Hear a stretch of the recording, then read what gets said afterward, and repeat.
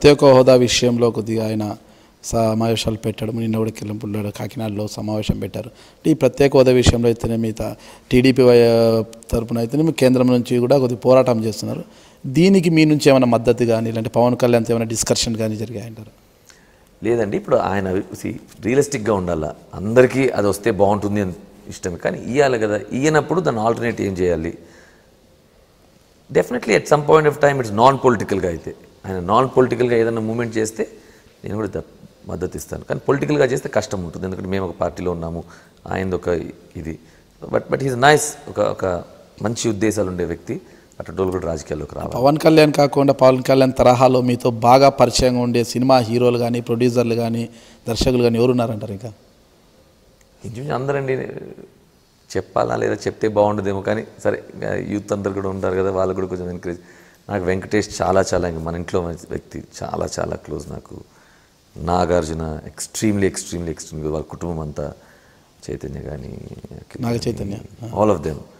So Nagarjuna is very close to me. Ram Charan, Tej, Allu Arjun, all of them are very close అండి. ఇంటికి రావడము, పార్టీలు చేయడము, రొటీన్.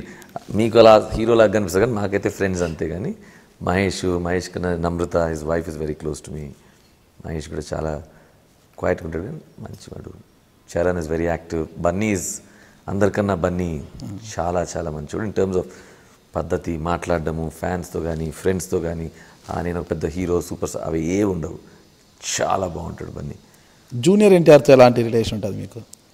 తారక్ కూడా నాకు ఫ్రెండు. ఇన్ఫ్యాక్ట్ ఒకప్పుడు ఒక ఎలక్షన్ ఫోన్ చేశాను, అంటే మేము కాంగ్రెస్లో ఉన్నప్పుడు, రావద్దు, ఎందుకు వస్తావు తాడిపత్రికి, ఎలక్షన్ స్కిప్ కొట్టు, తాడిపత్రికి అది రావద్దు. మీరు కాంగ్రెస్లో ఉన్నప్పుడు? అప్పుడు మేము కాంగ్రెస్లో ఉన్నప్పుడు. అప్పటి నుంచే నాకు తారక్ పరిచయం. రాలేదు ఆ ఎలక్షన్, 2009 ఆ ఎలక్షన్ కూడా రాకపోవడం జరిగింది. ఆల్ ఫ్రెండ్స్ అండి. ఎంత ఊరండి అందరు, మనం వాళ్ళని మిస్యూజ్ చేయనంత వరకు అందరూ ఫ్రెండ్సే. తారక్ కూడా బాగుంటాడు. వీళ్ళతో అంతే ఎలా పరిచయాలు ఏర్పడ్డాయి మీకు అందరికీ కూడా? అంతే ఎన్నిసార్లు అడిగినా అంతే అండి, గుడ్ ఫ్రెండ్స్ అంతే. ఇప్పుడు మీరు వేరే వ్యక్తితో ఎలా పరిచయం మీరు అడగరెందుకు?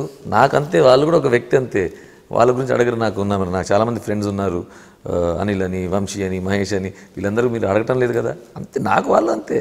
మీకెందుకంటే వాళ్ళు తెలుసు. పరిచయం ఎంత పెద్ద ఊరండి.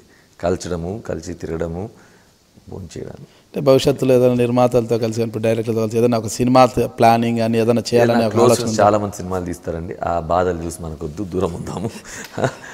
అది వివి వినాయక్తో మీకు చాలా క్లోజ్నెస్ ఉందంటారు. వివి వినాయక్ ఇన్ఫ్యాక్ట్ మీ ఇంటర్వ్యూ చూసి మా చిన్న ప్రభాకర్ రెడ్డి గారిది, నాకు ఆయనంతకి ఆయన ఫోన్ చేసి, నా జీవితంలో ఎవరన్నా రియల్ హీరో, ఒక మొగోడు తెలుసు అంటే మీ చిన్నానే అండి.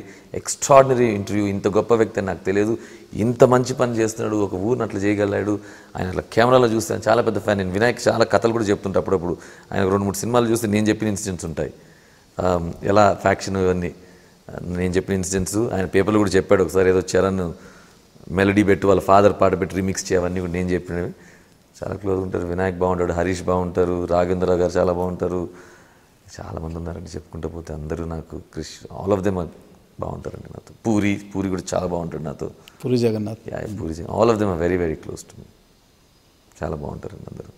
దేశానికి మెడల్ సాధించి, షటిల్లో దేశానికి మెడల్ సాధించి, దేశ గౌరవాన్ని సౌరత్వాన్ని నిలబెట్టిన ఒక పివి సింధుకి ఒక ఒలింపిక్ జాయింట్ సెక్రటరీగానే కాకోకుండా వ్యక్తిగతంగా మీరు ఎలాంటి సహకారం అందించబోతున్నారు?